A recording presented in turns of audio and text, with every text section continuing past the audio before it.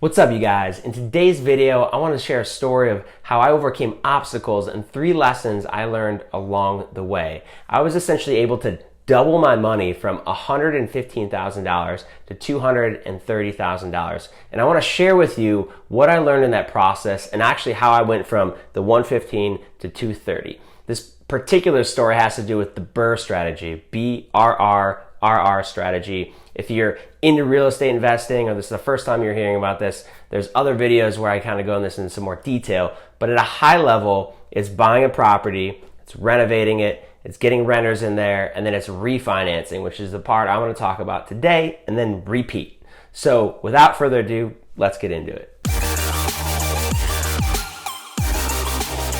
So very quickly, let me set the backdrop of what I'm talking about and how this whole story came to be. So basically, the property I'm sitting in right now is one of my BRRRR deals, meaning I bought it to renovate it, get it rented. It's a 4-unit building, and then the goal was to refi and then repeat the process. And so that's what we're talking about today. Now, I did a little bit of a different strategy in this one. When people usually talk about the BRRRR strategy, they're talking about doing a cash out refi on the property where they actually take their existing mortgage, they refi it into a new mortgage, and they take some cash out at the close if they were able to add value. Now, in this case, rather than doing that, I wanted to keep my existing mortgage because I had a super sick 3% low rate. I want to keep that in place.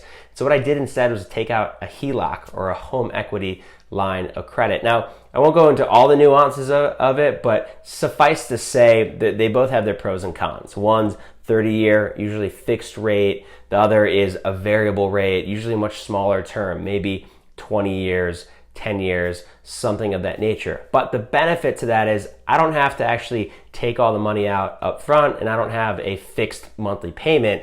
I basically pay almost like a credit card. You are able to take out money against it. You're able to then pay that down and borrow against it, pay it off as you need to, which is super useful when you're trying to do things like invest in real estate, invest in the rehab costs for a project, whatever it might be.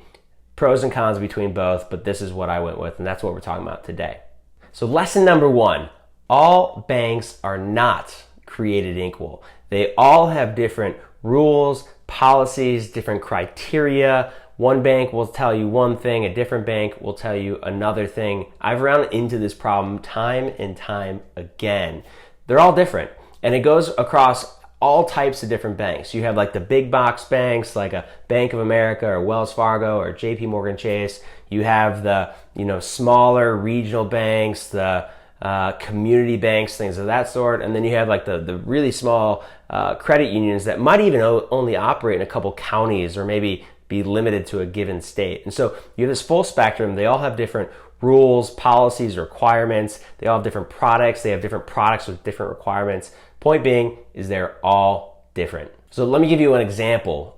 Some banks will not offer products that you're looking for. In my example, HELOCs. Other banks will offer that HELOC, but with a different kind of term.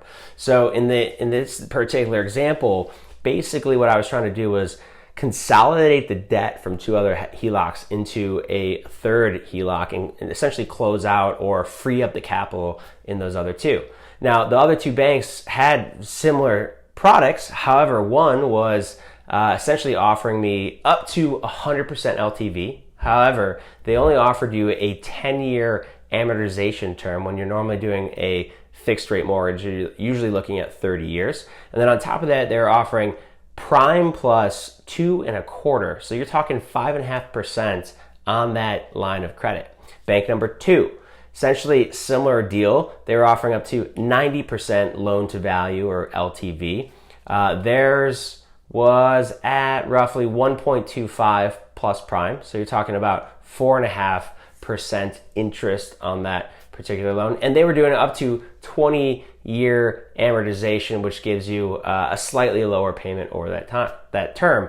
Now, bank number 3, which the bank I was trying to get this HELOC in to pay down those other 2, was at a much better rate. They were offering prime plus 75 basis points or 0.75% in total 4% APR on that loan. Again, 20-year amortization, and they're also going up to 90% of the value of the property. So overall, I was able to bring down the payment of those by bringing everything into a 20-year term. I was also bringing down my interest rate significantly. And again, I'm the same person. I represent the same amount of risk, and all these banks viewed me differently. So that's the main thing I want you to take away from this. Lesson number 2, influence what's in your control. And what I mean by that, in this particular process, the main thing in my control outside of the bank I was selecting is the appraisal. Now, I can't tell the appraiser what to do or how to evaluate the property,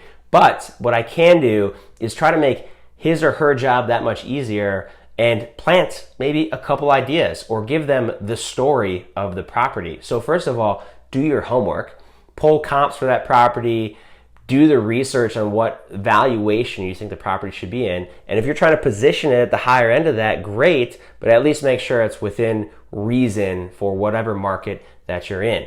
Now, the second piece of this is take, all this homework and research that you did, package it in such a way and provide that information to the appraiser. Make their job easy. Now, chances are they're probably already pulling this information. They probably have processes and systems for that. Fine, great. But packaging it, making it nice, putting it in a Word document or whatever to hand over to them makes their life that much easier and gives them something to reference back and take notes on as they're going through the appraisal process. Now, in my case, again, the BRRRR strategy. We renovated the property, we made some enhancements, and we wanted to show off how bad the property was beforehand and how good we made it since we made these updates. And so we included also before and after photos in that same kind of package to give them a sense of here's what it was, here's why we believe it's worth so much more, and look how much better it looks relative to where it was before. So give them that context, and finally seed them with a price. Give them the price that you think it's worth and make it a headline on this little package to say, hey, here's all the great work that we've put into it. Here's the comps that we feel support the valuation. Here's what we think it is worth. Estimated target value, and just put it right up there. And in this particular example, my number was $1.3 million. And not to say everything that I did helped out with that, but we got $1.3 million.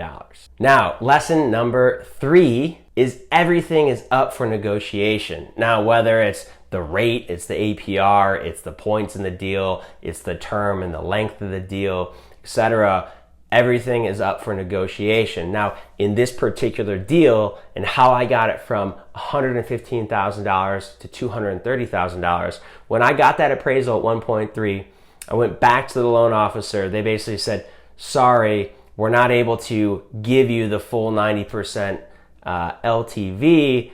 Essentially, you haven't been living in the property for 12 months and haven't met our seasoning requirement. Now, I was 2 months out from being in the property for 12 months, and I said, look, I would hate for this loan to not close with you guys just because we're 2 months away from getting to your 12-month seasoning period, which is arbitrary. And I said to them, I was like, look, the property value is not going to change in 2 months. So would it be unreasonable for you to go back to the underwriter and ask for them to make an exception and give me the full 90% value that you guys are able to extend this HELOC to? They came back to me in a day or two and said they'd be able to give me $230,000. So the third lesson I want you to take out of this is, push beyond these kinds of obstacles.